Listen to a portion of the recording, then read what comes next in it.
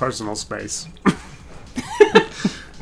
Hello, I'm Tim Wilde, and this is your Wilde and Carlisle thoughts on the Book of Boba Fett, Episode 2, The Tribes of Tatooine, which we just watched. Lance, what'd you think so far? This was way better than the first one.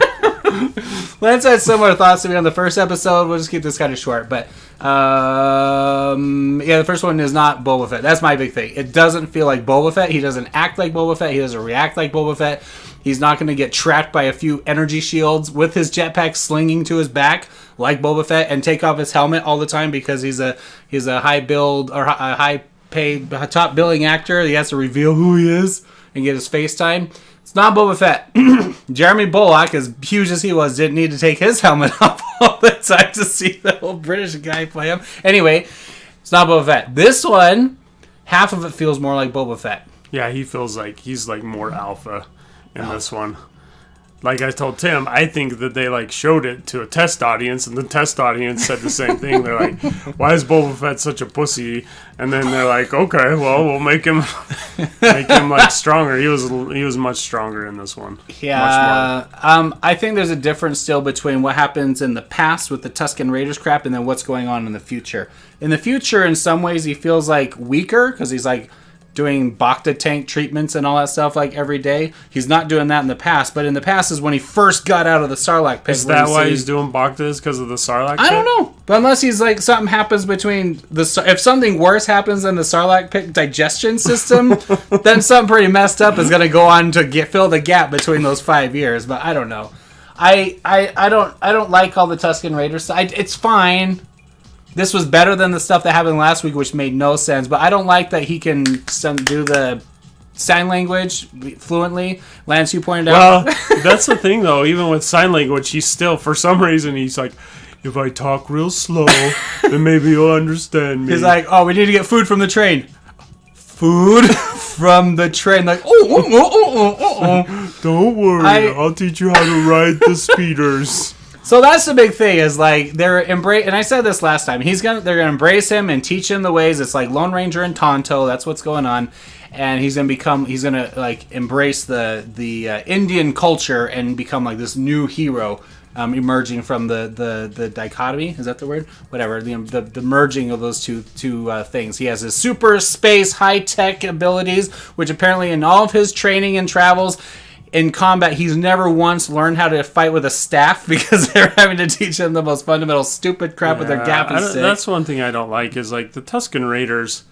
Like to me, it wasn't about like they're primitive and they don't know how to do stuff. Mm-hmm. It's like it was more like they had rifles. They had like apparatuses on their face and stuff. They had tech. It wasn't culture. Yeah, they weren't living that way because they're like stupid or we didn't go into town to figure out how to use a vehicle. Yeah, they lived like right next to Mos Eisley and they terrorized the pod races. Speeder pod races. So and they shot him down. We too stupid. We don't learn these things. Remember, they shot it down and the Jawas came out and were grabbing parts. They weren't like, we don't know what these metal beasts are. We must have food. It was just, they're not that dumb. And now he's trying to like evolve them out of the tribal creatures that they were. What bothers me about all that is that he's kind of, they're having comedic moments. The training montage with the speeder bikes was stupid. And when he's trying to explain forward, slow, it's still my favorite part is when he like teaches him how to jump, and the one like literally sits down on the speeder bike, and then he just tumbles off for no reason. Like, well, they were like, "Wait, we weren't supposed to shoot the success shot."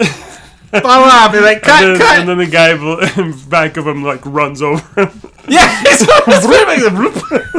it's like I don't think you're gonna bump. It's gonna shoot him. If anything else, they just don't. They shouldn't be comic relief. They're not the Tusken Raiders unless they're gonna cut between them raping Anakin's mother and then the comic relief, and then it would be like dark comedy or something. But and here's the thing: when that's I mean, it's not specific or specified that they were raping Anakin's mother, but. We know they loot and raid the farms. We know that serious they criminals. were scared. They're raiders. Criminal. It's like in their name. And they captured her and they kept her prisoner She's the only one I've ever heard of that was a prisoner of the Tusken Raiders. Why? I mean, it's alluded that that's what was going on. Well, they were going to kill freaking Luke. Yeah. So that's the thing. From Anakin slaughtering them having a fear of the lightsaber, and Obi-Wan Kenobi was afraid of him. Was. He's like afraid of the Tusken Raiders. Right. But like they were kind of scary. Like everyone's like, "Ooh, the Tusken Raiders are on the move." But like when Obi-Wan saves Luke, he's there, full on Jedi. He can do whatever the crap he wants. He's not gonna like be as weak as Boba Fett is here. And he still says, "Luke, we need to get out of here because they're easily distracted before or whatever." night or whatever. Yeah, right? but they'll be back with more numbers. And he also is like, and they send people walk single file to hide their numbers. Like they're really advanced, like smart raiders. They're tribal. They're really good at that. And so it's like, oh, let's set up our camp next to this train. Yeah, so like we've never seen a train before, and it's gonna shoot the crap out of us and kill our bantha that we can't hide. Okay, the first time, that's fine. But the second time, they don't learn to put their bantha behind a sand dune. Yeah, it's like, if they'd never seen the train before, it just came out ablazing. First of all, it had to have not been the first time, because that's why they were shooting first. Like, the train was already, like, shooting at them. Killed their banthas. They know their banthas are big targets. Killed, like, 4 or 5 of them in one raid. Yeah. And they only had a village of, like, 10 or 15. Yeah. So, but, okay. Oh, there's so much. We're going through too fast. The tribal... Tusken Raiders. In this one, it shows they have giant silk, beautiful tarps that are black. You know, but it's like those would be made out of like hides and skins and stuff, not to make them more Native American, because that's what they have. They have banthas and they have dewbacks and lizards and all these major creatures. Speaking of lizards, we'll get there. But like, they wouldn't have these big, gorgeous, silk, flowy satin sheets that they make their big, huge circus tents out of. So like, they're like on the move. They're tribal, living in caverns and stuff, and they live in wreckage. That's what they always did from the concept art of Star Wars. They were living in broken down pieces of ship, which is some of the origins from the old material. Is that's where they came from. It was a ship that crashed, and they kind of lived off the land before it became a settlement, and then. They're like being undercut where like this little camp with their chief, they have a chief there, and their kids are like right there on this main traffic where this train's going through. It's like they didn't do that. They had all that stuff where Anakin went and killed them. That was like a settlement that they had way hidden. And he had to ask Jawas for directions and like stuff and fly till midnight. In Echo. On a swoop, it took him Echo all Valley. day to get there. He didn't Echo just Canyon. like take off and like, oh, here we are. And this, but anyway. They undercut, like, again, the iconic bantha was like, that's one of the biggest iconic Star Wars thing was the bantha. Yeah. They used to have in their posters and like all the coloring books and stuff. Yeah, it was a big deal. And then like you're right. In this, they're like, oh, you guys just don't know how to use speeders. Let me teach you. Yeah, he teaches and them undercut one of the most their iconic, like, and and they should have had a reason that they're using banthas, and it's not because they're stupid. Right.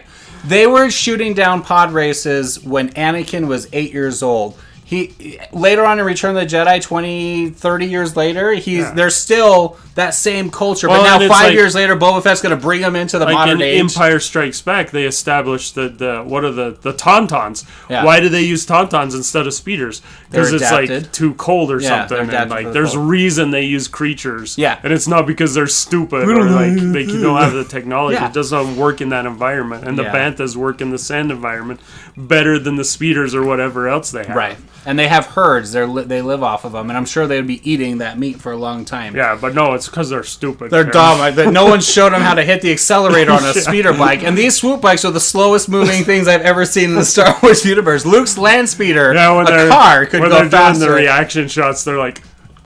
and then the speeder's like...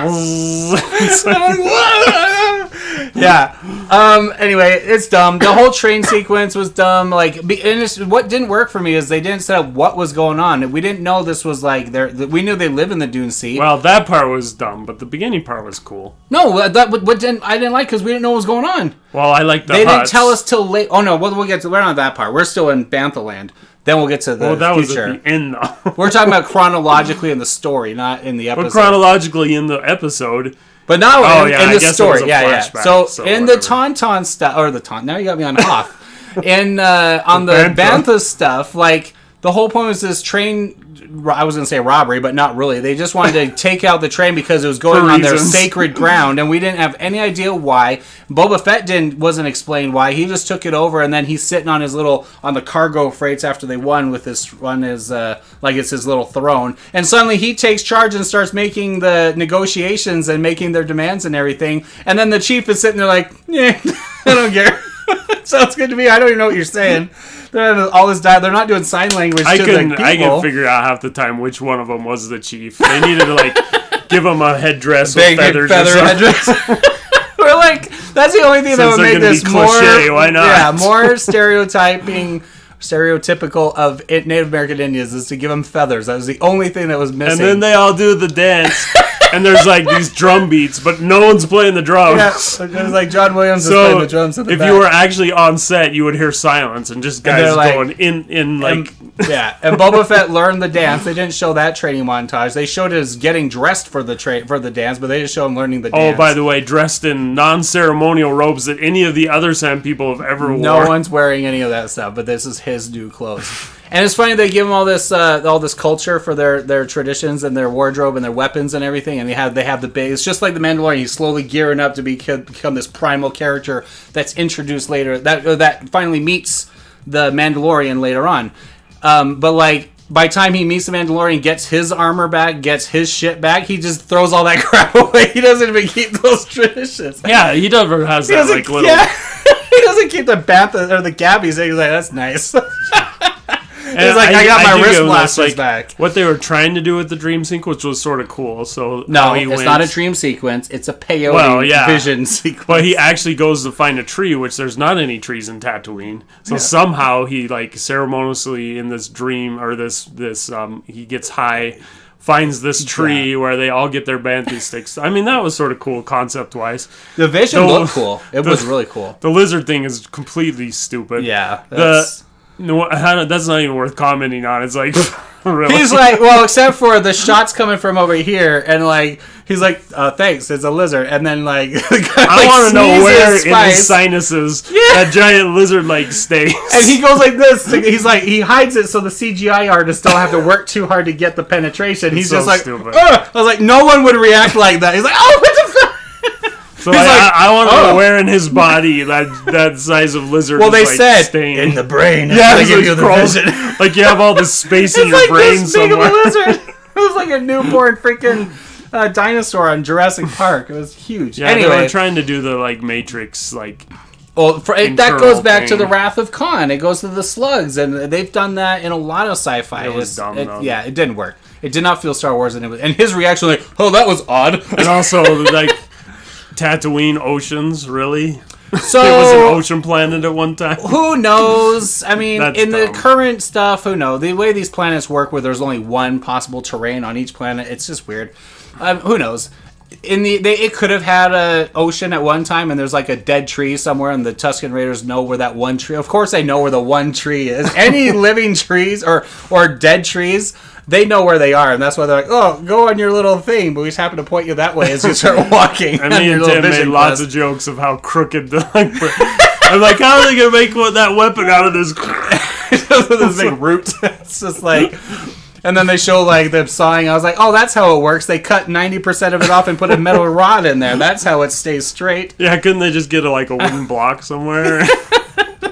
I think it's funny that they show everyone training with these practice gaffy sticks before they give them a real gaffy stick. Yeah, and there was a lot of wood in that practice gaffy stick. It was all straight. Yeah. Are you going to get much more damage out of the metal spear tip? That's the only difference. Anyway, all that stuff, it was. I like the end sequence with the fire dance. It was just, it's all made me a little uncomfortable with how on the nose it is. Yeah. That's what was cool about Star Wars in general, is it introduced new cultures. But they weren't copies of our culture on Earth. Right. Even the Tusken Raiders. The Tusken Raiders were not Native American Indians. They were created as new cultures, and that's what was cool about them. It's they were more like Middle Eastern Arab culture. Why are they wearing these all this head stuff in the desert and stuff like that? Whatever.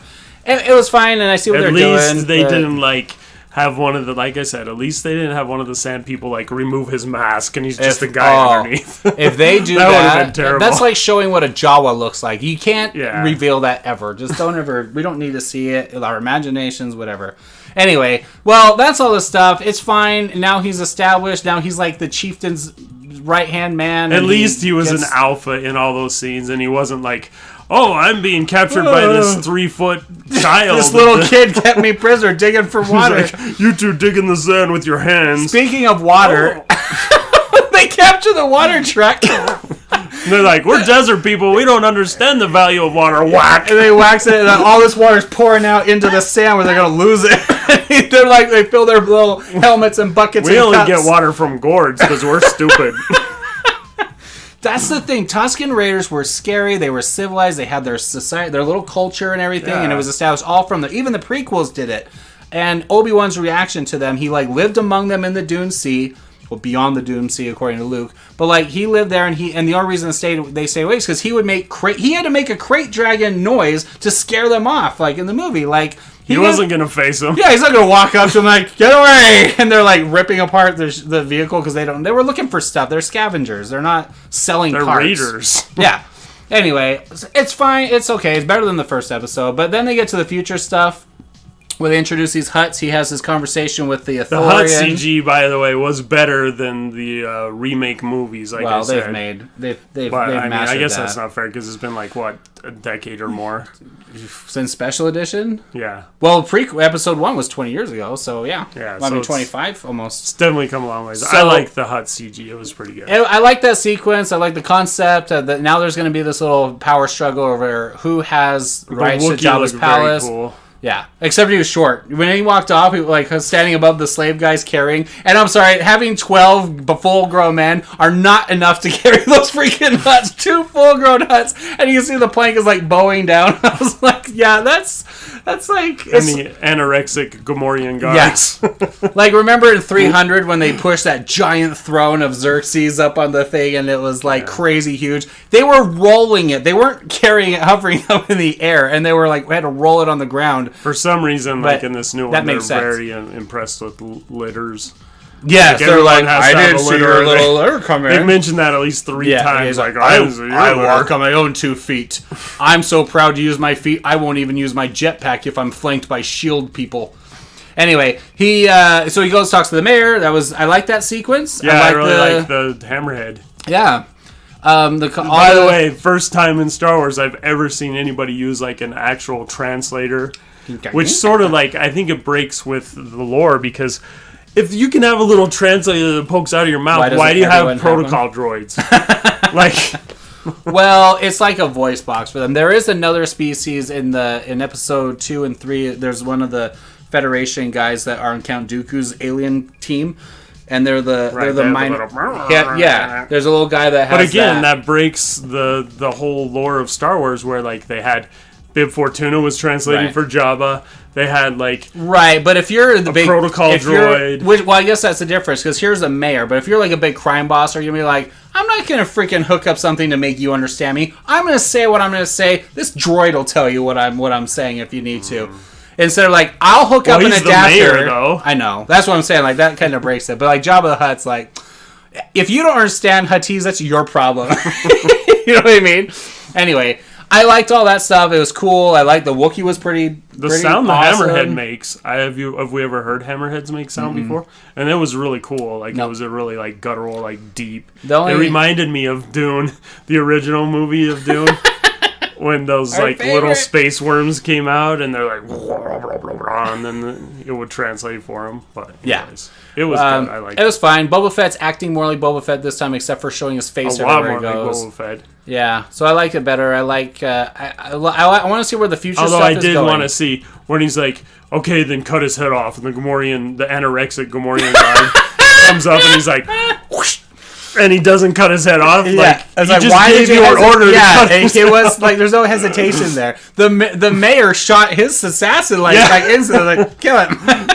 Anyway, the Gamorreans they're like a fat, No, not you even need a to super call them the fat anorexic Gamorreans. anorexic Gamorreans. They're not even big They're fat on a guys. diet. They're like kind of trim, kind of chubbier guys, and then they have these prosthetic thigh muscles and stuff, so their legs are all bulky. Their legs like look fine. Yeah, that's how they're supposed to look. Everything below the head looks dumb, and above the legs. No, the above helmet, the waist. face mask does not look right. They look weird. I'm not going to do a side by side because I'm not editing this, but I'm just saying they missed the mark completely on Gamorrean. You can go to any Star Wars celebration event and have 10 guys dressed as better Gamorreans as these are. They spent all their money on that like CGI rat in the.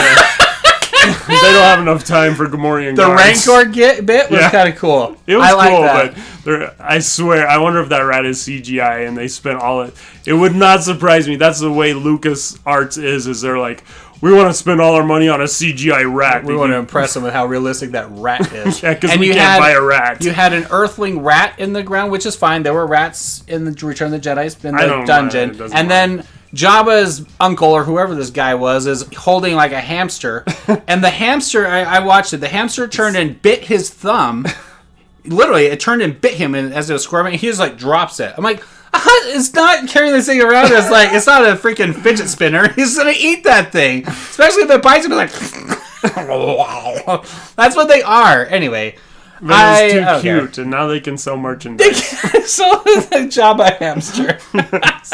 And they mentioned Huttese or Hut or the Nalhada. But that's what I don't understand is like the girl Hut spoke some kind of different language than Huttese. Or he translated. Thing. Yeah, because the other because Boba Fett speaking Boba Fett can speak Huttese to the one, but the other one speaks her own Huttese. She's not as forgiving as I am, or something. I was like, what? He just heard, but she said it out loud, right? Are they talking telepathically? So apparently, although they are kind of wrapped languages. very, I said intimately. The way they're coiled up together is kind of romantic for. I don't know. I thought they said twins in there. Maybe, I thought they said the twins are coming. Yeah. And so, okay. It's like Star Wars Game of Thrones going on here. I don't know. The Lannister huts. Maybe they're not. Maybe they're twins, but they're twins with other, like, they're separate twins.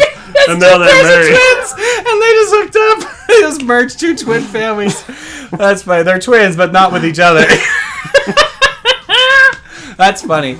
Anyway, I liked all that. I liked the stuff that happened to Jabba. I liked when they spent time Jabba's Yeah, there were and moments in this episode that was very like bounty hunter and like old school Star Wars, like dark Star Wars. This is that stuff feels more like the crime lord stuff that people have been wanting for years, and that's what they liked about the Solo movie. Part of it was it felt that way, and that's why. By the way, those guys on the train, really I swear I've seen them in the Solo movie. Okay, thanks. So you can tell us the name of the movie, or just the design looks similar? Is that what you're talking about? No, they're the Solo movie. Yeah. Oh, I thought you said some other movie. I saw them in some other movie. I'm like, are you gonna name it? Just let us wonder. The ones that did the train ride, the ones that were trying to steal the stuff, the whole movie. That's trying to steal the I can't remember exactly which ones it was. Was it the guys that tried to attack on the train? Yeah. The same guys were the ones at the end that turned out to be the origins of the Rebel Alliance. Apparently, if you have a space train, they have to be those guys. No one else has trains in the Star Wars universe. Yeah. Anyway. They're the train guild. Of course, this is really just a hover train. The other one was an actual train hooked to the tracks. Which, whatever. Anyway, I like that. I was gonna say that shot of Jabba's palace when they went to when she was bringing the assassin she captured.